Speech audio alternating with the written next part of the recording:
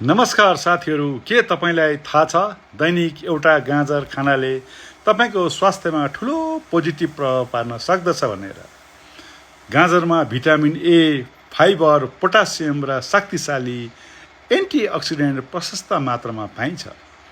यसका मुख्य फाइदाहरू: आँखाको दृष्टि राम्रो बनाउन मद्दत गर्दछ, रोग प्रतिरोधात्मक क्षमता बढाउँदछ, छालालाई स्वस्थ र चम्किलो बनाउन सहयोग गर्दछ, पाचन प्रणाली सुधार्न र कब्जियत कम गर्न मद्दत गर्दछ, मुटुको स्वास्थ्यलाई सहयोग गर्दछ र शरीरको तौल नियन्त्रणमा पनि उपयोगी हुन सक्दछ।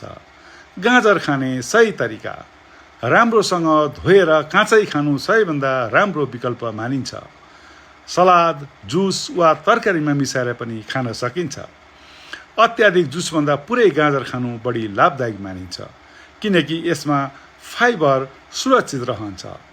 याद राख्नुहोस्, कुनै पनि खानेकुरा सन्तुलित मात्रामा खानु नै सबैभन्दा राम्रो बानी हो। यदि यो जानकारी उपयोगी लाग्यो भने भिडियो लाइक गर्नुहोस्, सेयर गर्नुहोस् र आफ्नो परिवार तथा साथीहरूसँग पनि अवश्य बाँड्नुहोस्। यी सामग्रीहरू सङ्कलित भएकोले यस सम्बन्धमा थप अनुसन्धान र जानकारी प्राप्त गरी लागू गर्नुहुन अनुरोध छ। सबैको जय होस्, शुभ दिन।